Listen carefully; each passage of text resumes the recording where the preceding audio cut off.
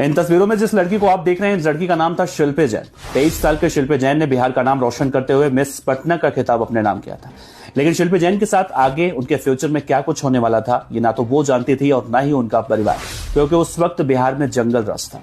और उस वक्त बिहार को अपने बाप की जागीर समझने वाले लालू प्रसाद यादव ने एक बार नहीं बल्कि तीन बार अपनी पत्नी राबड़ी देवी, जो कि बिल्कुल पढ़ी लिखी नहीं थी, उनको तीन बार बिहार का मुख्यमंत्री बनाया और पूरे बिहार को जंगल राज का उपहार गिफ्ट के रूप में दे दिया, जिसकी बलि चढ़ी शिल्पी जैन। ये बात है 3 जुलाई 1999 की, जब शिल्पी जैन कंप्यूटर क्लास के लिए रिक्शा से पटना में जा रही थी। तभी वहां पर गौतम सिंह नाम का एक व्यक्ति आता है, उनका मित्र आता है और शिल्पी जैन से कहता है कि मैं तुम्हें गौतम सिंह के पास ले जाने के लिए आया हूं, उन्होंने बुलाया, मेरे साथ तुम चलो। कहा जाता है कि शिल्पी जैन बहुत ही विश्वास के साथ गौतम सिंह के मित्र के साथ उस गेस्ट हाउस में चली जाती हैं। और जैसे ही शिल्पी जैन बामी हाउस पहुंचती हैं, गौतम सिंह को जानकारी मिलती है कि शिल्पी सिंह को वहां पर लेकर जाया गया है। इतना सुनते ही गौतम सिंह वहां से तुरंत दौड़ता है, क्योंकि उसे मालूम था कि बामी हाउस आरजेडी की अय्याशी का अड्डा है। गौतम सिंह जब तक बामी हाउस पहुंचता है, तब तक शिल्पी सिंह के शरीर को बदमाश नोच चुके होते हैं।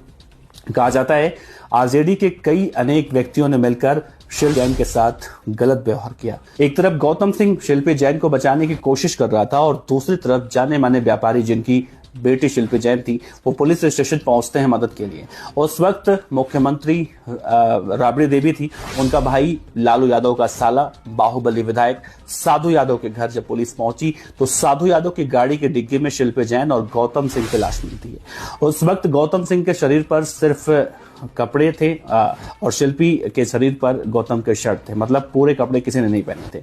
उस वक्त साधु यादव का इतना ज्यादा बिहार में खौफ था कि पुलिस ने यहां तक कह दिया कि इन दोनों ने आत्महत्या की है।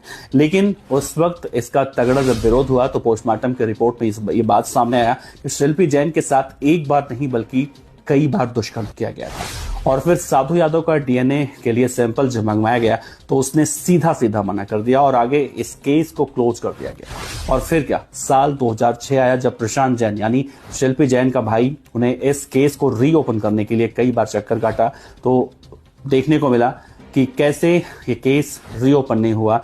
लेकिन प्रशांत जैन उसके बाद अपने घर के सामने से ही किडनैप हो गया। तो कहीं ना कहीं लालू के जंगल राज में कुछ इस तरह से बिहार में कांड हुआ करता था। शिल्पी जैन और गौतम सिंह जैसे न जाने कितने लोग लालू और राबड़ी के जंगल राज के उपहार में, गुंडागर्दी में बिहार के लिए भेंट चढ़ गए। उस वक्त कोई भी बिहारी खुलकर सामने नहीं आता था। लालू प्रसाद यादव या फिर राबड़ी देवी की सरकार के खिलाफ कोई भी खुलकर बोल नहीं पाता था। आज एक बार फिर से बिहार में विधानसभा चुनाव हो रहा है, तो ये सारी